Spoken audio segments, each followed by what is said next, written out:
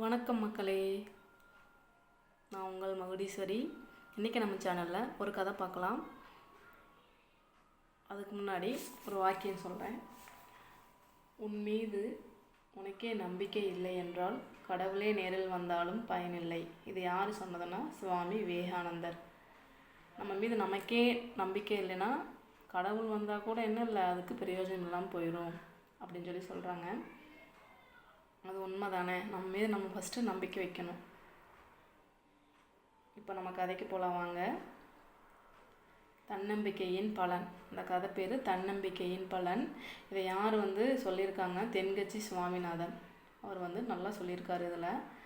இது ஒரு அருமையான கதை. வாங்க பார்க்கலாம். ஒரு ஊரில் ஏழை ஒருவர் சிறிய அலுவலகம் ஒன்றில் வேலை பார்த்து வந்தார். கிடைத்த ஊதியத்தை வைத்து குடும்பத்தை நடத்தி வந்தார். ஒரு நாள் அவர் நடந்து போய் கொண்டிருந்த போது ஒரு பழைய நாணயத்தை பார்த்து அதை எடுத்து தூசி தட்டினார். அந்த நாணயத்தில் நடுவில் துளை இருந்தது. அந்த காலத்தில் துளை இருந்த நாணயம் கிடைத்தால் அது நல்லது, ராசி என்ற நம்பிக்கை உண்டு. அவருக்கும் அது கிடைத்ததில் அதிக ஆனந்தம். இனிமேல் எனது கஷ்டம் எல்லாம் தீர்ந்துவிடும் என்று மகிழ்ந்து அந்த நாணயத்தை பத்திரமாக தனது மேல் சட்டை பைக்குள் போட்டு வைத்தார். அதை ஒரு நாளும் வெளியே எடுக்க மாட்டார். ஆனால் அதை அடிக்கடி தொட்டு மட்டும் பார்த்து கொள்வார். சிறிது காலம் சென்றது.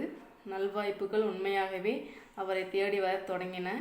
செல்வம், பணம், புகழ், பதவி போன்ற எல்லாம் வந்து சேர்ந்தன. சமுதாயத்தில் அவர் பெரிய மனிதரானார். எல்லோரும் அவரை பாராட்டினார்கள். அவர் எதை தொட்டாலும் வெற்றிதான்.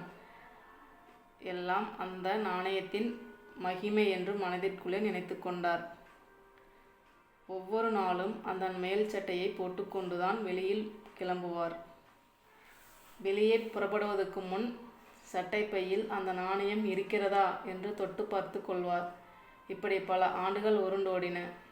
ஒரு நாள் அந்த துளையுள்ள நாணயத்தை கண்ணால் பார்க்க வேண்டும் என்ற ஆசை வந்தது. அன்று காலையில் சாப்பிட்டு கொண்டிருந்த போது தன் மனைவியிடம் தனது ஆசையை சொன்னார். ஆனால் மனைவியோ, இப்ப எதுக்கு அதை பார்க்கணும், வேண்டாமே என்று இழுத்தார். இல்லை, இன்று பார்த்தாகணும், எடுத்துட்டு வா என்று கூறினார். அவள் அந்த சட்டையை எடுத்து கொண்டு வந்து கொடுத்தாள் அவரிடம். அவர் அந்த நாணயத்தை எடுத்து பார்த்தபோது அந்த நாணயத்தில் துளையே இல்லை.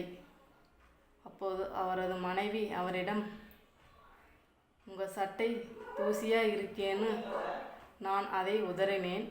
அப்போ அந்த நாணயம் ஜன்னல் வழியாக தெருவில் விழுந்து விட்டது. நானும் எவ்வளவு நேரம் தேடினேன், கிடைக்கவில்லை. யாரோ அதற்குள் எடுத்து விட்டார்கள் போல. உங்களுக்கு தெரிந்தால் வருத்தப்படுவீர்களே என்று நினைத்து உங்களது சட்டை பைக்குள் ஒரு காசை போட்டு வைத்தேன் என்றார். சரி, இது நடந்தது எப்போது என அவர் கேட்க, நீங்கள் அந்த காசை எடுத்த மறுநாளே நடந்தது என்று மனைவி சொன்னாள். அந்த மனிதருக்கு நல்வாய்ப்பை கொடுத்தது அந்த நாணயம் இல்லை, அவரது நம்பிக்கை, அதாவது தன்னம்பிக்கை.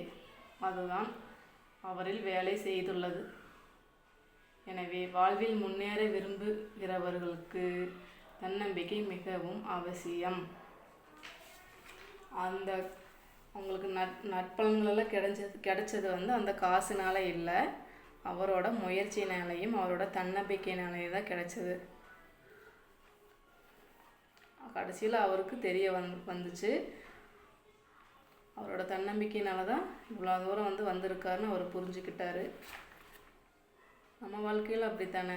நம்ம முதல்ல தன்னம்பிக்கையாக இருக்கணும், அதில் கான்ஃபிடெண்ட்டாக இருக்கணும், கீழே விழவே கூடாது. மற்ற செயல்களில் ஈடுபாடு இல்லாமல் ஒரே விஷயத்தில் ஃபோக்கஸ் பண்ணி போயிட்டே இருந்தோம்னா நம்ம ஈஸியாக வெற்றி அடையலாம். இந்த கதை உங்களுக்கு பிடிச்சிருக்குன்னு நினைக்கிறேன். பிடிச்சிருந்தா நம்ம சேனலுக்கு சப்போர்ட் பண்ணுங்கள். நன்றி. மீண்டும் ஒரு அடுத்த கதையில் சந்திப்போம்.